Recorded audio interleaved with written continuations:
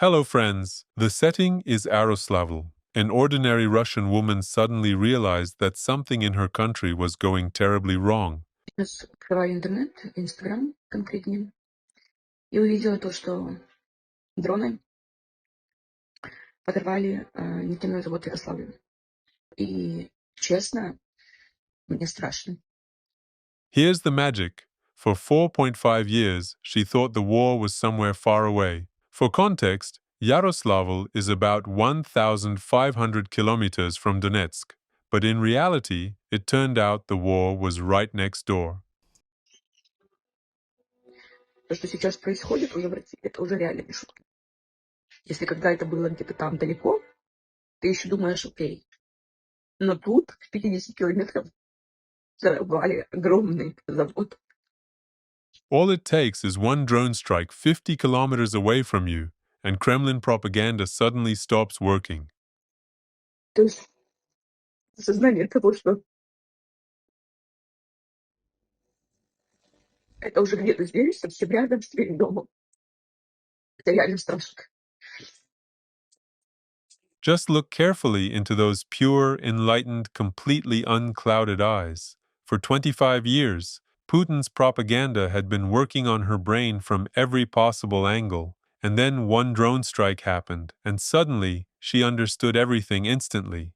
И даже когда идут сирены, предупреждения, у нас нету укрытий в городе, чтобы вы понимали.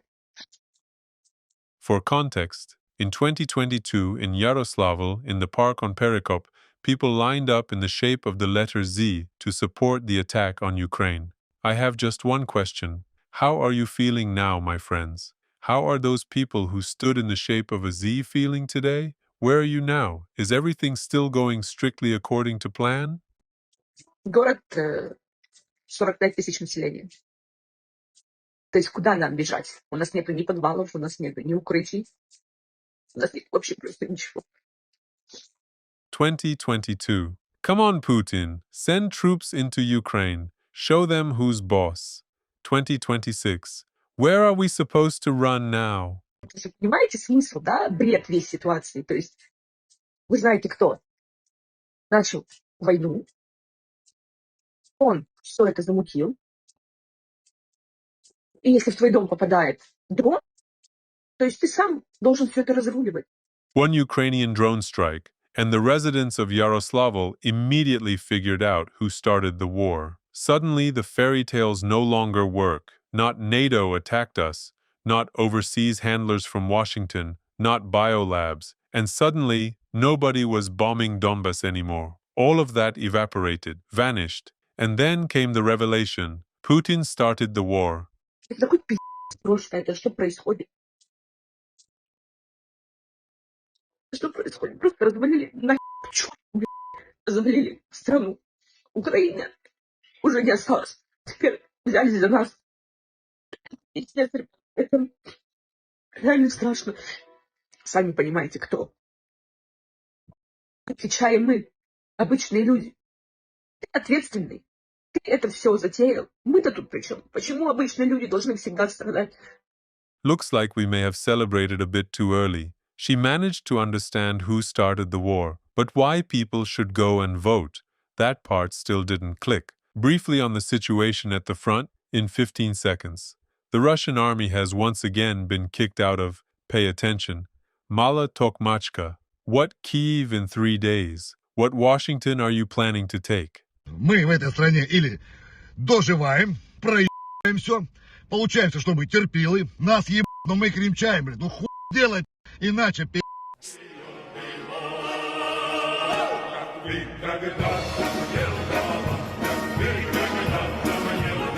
Friends, now is the perfect moment to hit the like button. And don't forget to share this video with your friends. Thank you. Scene, Moscow. Opposite the Kremlin wall, a Russian man decided to recite a poem. Людоеды в Кремле потирают ладони и думают, что заткнули всем рты.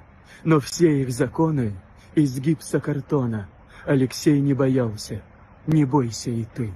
Samara region, the city of Sizran. A drone strike hit the oil refinery.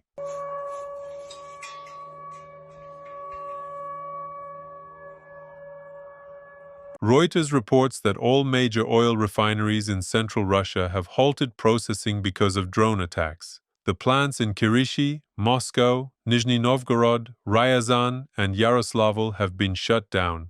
That's what Magyar's sanctions look like when they actually work.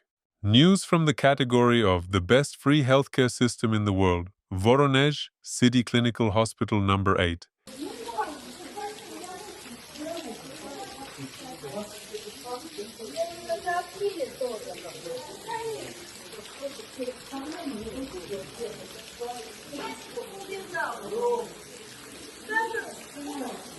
There's no money to repair the hospital roof, but for the pointless war in Ukraine, they always have money for war. Scene, Nizhny Novgorod region. The son of a local millionaire, 20-year-old Sergei Kornilov, got behind the wheel drunk. On camera, he said he was completely wasted, drove into oncoming traffic, smashed into 2 other people's cars, and declared, "Rich kids don't die. We don't give a f about any accidents. You're all just poor trash. Nothing will happen to me. We live in Russia, after all." Я в такое дупло, пиздец. Мажоры не умирают. Любые аварии там до пи***. The central bank has reported the sharpest depletion of Russia's gold reserves in 25 years. Everything is going according to plan, of course. We believe in victory, but just in case, we think it's better to move the gold out and hide it somewhere else. Kaliningrad, Krabrovo Airport, May 9th. Patriotic performances are taking place at the airport in honor of Putin's favorite holiday, Victory Day, and in support of the special military operation.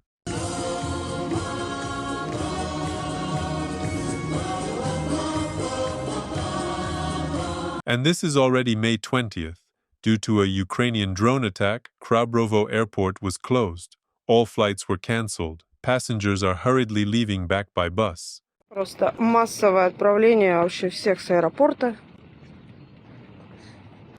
Рейсы все перенесены после 11 утра. Well, friends, how was the dancing? I still think my choice of music suits you much better.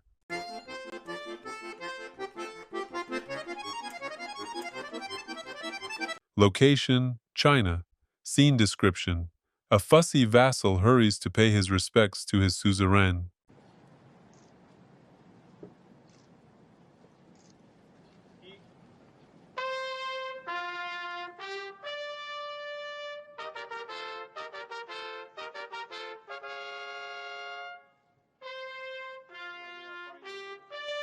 Good health to you, my master. I have arrived to receive further instructions. The outcome of the negotiations is written all over his face. Everything is obvious here. Equality, partnership, friendship, China's readiness to build Nord Stream 2 with its own money, to buy oil and gas without any extra discounts, and to share Chinese technologies. You can tell by his face that the negotiations went very well.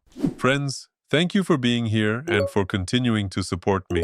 If you like what I do and want to support the channel, you're welcome to join my Patreon, where for just $3 a month you get access to new videos 24 hours before they go public, posts, polls, and also exclusive videos. For example, one video is about the psychology of Putinism, how resentment, fear, KGB paranoia, and the cult of violence were turned into an entire state religion, one that sends Russians to die in Ukraine. The second is about Russia's black widows, women who marry soldiers and wait for the payout after their deaths. And a third on how the Kremlin gnome sold Russia to China for next to nothing. I also want to say a huge thank you to everyone who supports me through Buy Me a Coffee. It's thanks to my supporters that I can keep doing this work and keep moving toward my goal, saving up for my education in Europe. If you want to support me in this, I've created a page where I explain in detail how much money I need, what it will be used for, and what you'll receive in return for your help. The link is in the description. If I manage to raise at least half of the total goal, I'll already be able to start preparing the documents for a student visa. Right now, I have 101 incredible patrons. Please, Let's hit 105. Not saying goodbye. See you very soon.